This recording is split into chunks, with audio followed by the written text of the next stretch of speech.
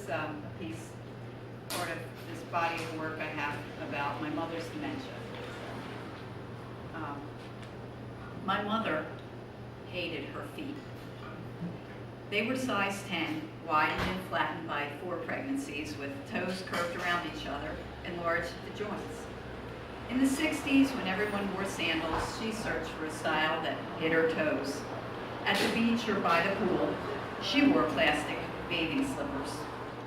Bubba bought secondhand shoes from a pushcart for my older sisters and me she'd worn during every frequent trip to the shoe store when I was a child. By the time I got them, they were hand-me-downs. Our shoes gave us bunions and ruined our toes. I swore, if nothing else, my kids would have new shoes and pretty toes, just like yours. In the beginning of her dementia, when we thought she was just depressed, I took her shopping at the wide shoe store. Nothing's right, she muttered over and over, her head oscillating in despair. We squandered half a day until finally settling on a mauve leather flat shoe with Velcro strap.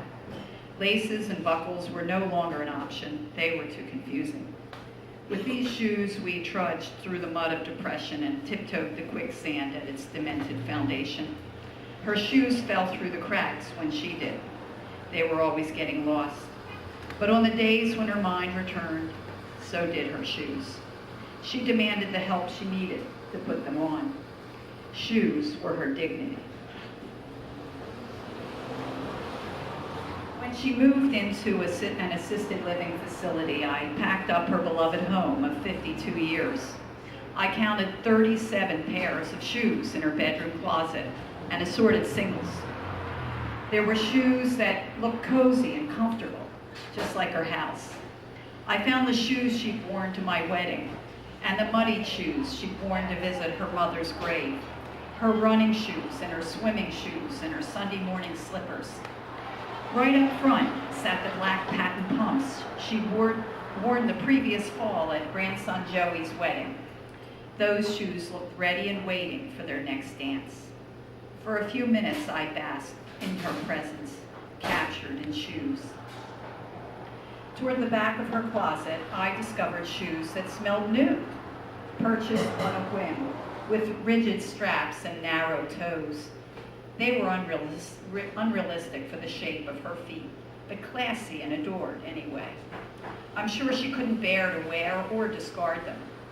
These shoes were life's disappointments, with gaping holes between what was desired and what was delivered. Like a disintegrating brain in the middle of an exuberant and well-deserved retirement, they betrayed a painful discontent. I threw these shoes out.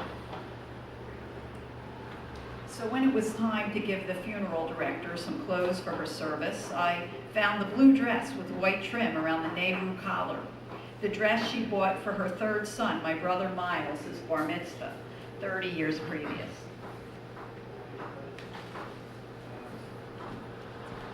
The neckline would look nice in a half-body open cast, and Miles would be pleased. Since the top half of her body was all that would show, I figured that was all she would need. I was wrong. A few weeks after her death, she visited my dreams, as she had been in her prime, energetic, high-spirited, bursting with love and gratitude.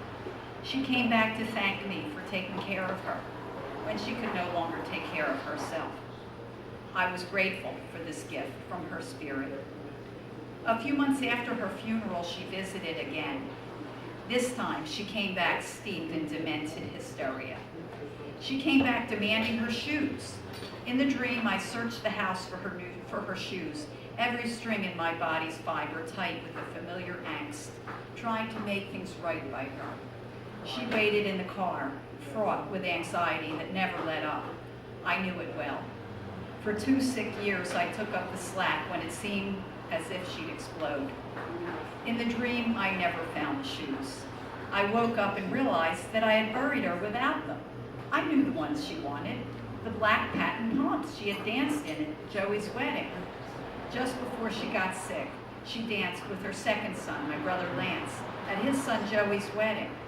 What a glorious day that had been for her. She was already concerned about the state of her mind. She confided to me weeks before the wedding. I wish it was here already. She knew she was just holding on. She knew what was coming. She held on long enough to make a speech, dance with her son in her new black patent shoes, and be the elegant grandmother she wanted to be. Those shoes boxed in the attic, complete with shoe stretchers to keep them wide, still wait for their next affair. But this never occurred to me on the day before her funeral, and there are some things you can't do over again. So she went out barefoot, the way she came in, but worn from living. A pebble of guilt remains in my shoe, although it diminishes as the years pass and the stain of her dementia wears off. My mother's black patent shoes remain in the attic, a testament to a life in full. And, if nothing else, my daughter will have new shoes and pretty toes, just like mine.